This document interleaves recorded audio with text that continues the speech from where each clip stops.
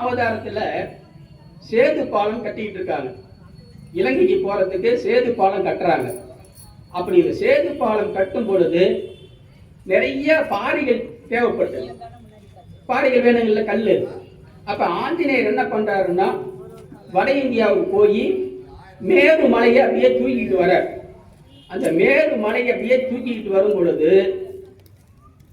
யூபியில வரும் பொழுதே அவருக்கு தெரிஞ்சிருச்சாங்க, சேது பந்தனம் கட்டி முடிச்சாச்சு, சேது பாலம் கட்டி முடிச்சாச்சு. உடனே அனுமர் என்ன பண்றாரு அப்படின்னா, அந்த பாலத்தை அங்கேயே வச்சாரு, கொண்டாந்தாரு, அங்கேயே வச்சுட்டாரு. ஏன்னா பாலம் கட்டி முடிச்சாச்சு ராமர்கிட்ட. அப்ப அந்த அந்த மலை சொல்லுது, ஆஞ்சநேயா, ராமருடைய அந்த ஒரு கைங்கரியம் பண்ணலான்னு ரொம்ப ஆசையா இருந்தேன், நீ வந்து பாதியிலே என்னை இறக்கி விட்டியே, ராமர் தரிசனம் கூட எனக்கு கிடைக்காத மாதிரி என்னை வச்சுட்டியே, நான் என்ன பாவம் செஞ்சேன் அப்படின்னு சொல்லிட்டு ரொம்ப வருத்தப்படுறாரு இந்த மேலுமலை.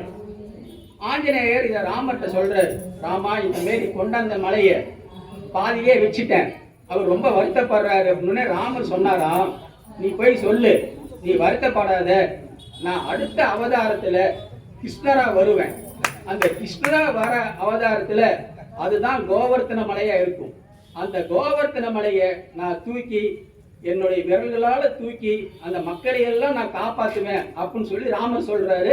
அதுபோல அடுத்த அவதாரத்துல இந்த கோவர்த்தன மலை, அந்த மேருமலை வேண்டிக்கிட்டதுக்கு ஏற்ப பெருமாள் பார்க்க முடியலையே ஏங்கினார். ஆனா பெருமாள் தன்னுடைய சுண்டு விரலால தூக்கி 7 நாட்கள் அந்த மக்களை எல்லாம் காப்பாற்றினார். அப்ப ராமரும் ஒன்றுதான், கிருஷ்ணரும் ஒன்றுதான், இங்க வேறுபாடெல்லாம் கிடையாது. ராமர் வேற இல்ல, கிருஷ்ணர் வேற கிடையாது, 2 பேரும் ஒருத்தர் தான். அது அப்ப வந்து கிருஷ்ணர் ஒரு வாக்குறுதி கொடுக்கிறாரு அந்த கோவர்த்தன மலை கிட்ட, நீ வந்து நான் தூக்கிறதுக்காக உன்னை எளிமையாக்கிட்ட, உன்னுடைய கனத்தை குறைச்சு விட்ட, நீ அடுத்த கலியுகத்துல நீதான் 7 மலையா இருந்து நான் சீனிவாச பெருமாளா இருப்பேன், என்னை தாங்கணும் நீயே அப்படின்னு வரம் கொடுத்தாரு. அப்ப ராமர், கிருஷ்ணர், பெருமாள் எல்லாம் ஒருத்தர் தான், இங்க வேறுபாடே கிடையாது. அதனால நம்ம யாரு மிகச்சிறந்த அவதாரம் அப்படின்னு ஒரு இங்க கேள்வி.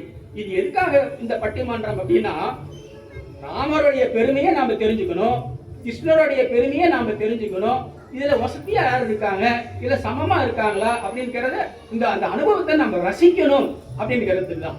இன்னொன்னு கூட, யசோதை வந்து ராமர் குட்டி குழந்தையா, கிருஷ்ணர் குட்டி குழந்தையா இருக்கும் பொழுது ராமாவதார கதையை சொல்லுவாங்களாம்.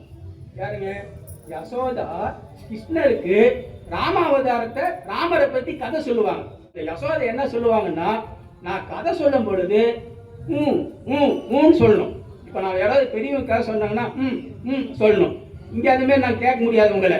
நான் கதை சொல்லும் பொழுது நீங்க எல்லாம் அப்படின்னா எல்லாம் சத்தம் தான் அதிகமா இருக்கும், நான் கதை சொல்ல முடியாது.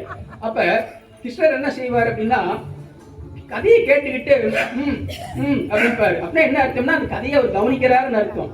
ஒரு கட்டத்துல யசோதா சொல்றாங்க, சீதா தேவியை ராவணன் கடத்திக்கிட்டு போயிட்டான் அப்படின்னு சொன்ன உடனே கிருஷ்ணருக்கு ரொம்ப கோபம் வந்துருக்கு.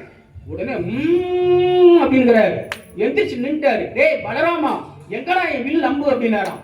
அப்ப ராம கிருஷ்ணன் ஒண்ணுதான், வேற வேற கிடையாது. அதே போல நாராயண பட்டத்திரியில் ஒருத்தர் குருவாயூர்ல, அந்த நாராயண பட்டத்திரி வந்து குருவாயூரப்பன் பேசுவார். இந்த கலியுகத்துல நேரடியா குருவாயூரப்பன் கிட்ட பேசுறவர் நாராயண பட்டத்திரி. ஒரு முறை என்ன பண்றாருனாங்க, அந்த குருவாயூரப்பன் யாருன்னா கிருஷ்ணர், அந்த குருவாயூரப்பன் கிட்ட இவரை வந்து ராமாவதாரத்தை வந்து சொல்றாரு, ஸ்லோகமா பாட்டா சொல்லிட்டு இருக்கிறார்.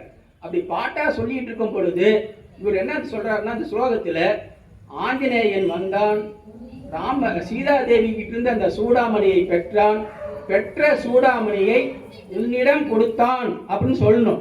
உடனே நிறுத்திட்டார். ஏன்னா இது குருவாயூரப்பன். இவர் நினைக்காரு, நீ குருவாயூரப்பன், சூடாமணியை அனுமன் கொடுத்தது ராமர் கிட்ட, உங்ககிட்ட கொடுத்தேன்னு சொன்ன கதையே தப்பாயிருமே அப்படின்னு ஒரு நிமிஷம் நிறுத்திட்டார். உடனே குருவாயூரப்பன் பேசுற, அந்த சூடாமணி இதோ என்னிடம் இருக்கிறதுன்னு காட்டினார். அந்த சூடாமணி என்னிடம் இருக்கிறது அப்படின்னா, ராமர் வேற கிடையாது, கிருஷ்ணர் நான் வேற இல்லை அப்படின்ட்டார். அப்படிப்பட்ட இந்த ஒரு நிலைமையில் இப்படி ஒரு கடினமான தலைப்பு கொடுத்து எனக்கு ஒரு தீர்ப்பு கொடுக்கணும் அப்படின்னு உட்கார வச்சிருக்காங்க.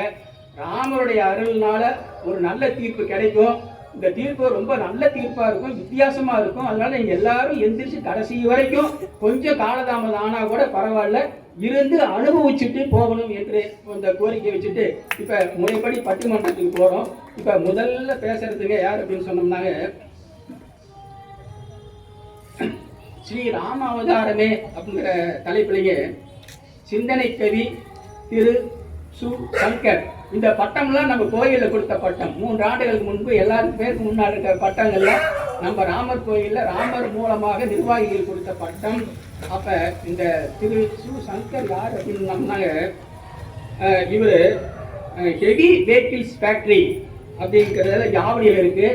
அந்த HVFல ஜூனியர் ஒர்க்ஸ் மேனேஜர் இருக்கக்கூடிய ஒரு மிகப்பெரிய பதவி, கெசட்டட் ரேங்கில் இருக்கக்கூடியவர். இவர் வந்து இங்கே ஆவடியில் எழில் பேரவைன்னு ஒரு அமைப்பு இருக்கு, அந்த அமைப்போடைய துணை செயலாளராக இருக்காரு. ரொம்ப எளிமையானவர். ஏன்னா ராமருக்கு எப்படி எளிமையான குணமோ அது போல இவருக்கு எளிமையான குணம். அவர் அவ்வளவு சிந்தனை கவின்னு போட்டிருக்காங்க. சிந்தனை கவின்னு அவருடைய பேச்சு ரொம்ப ஆழமா ரொம்ப நுணுக்கமா இருக்கும் அப்படிங்கிறத சொல்லிட்டு ஐயா அவர்களை முதலில் தொடங்க அன்புடன் அழைக்கிறேன்.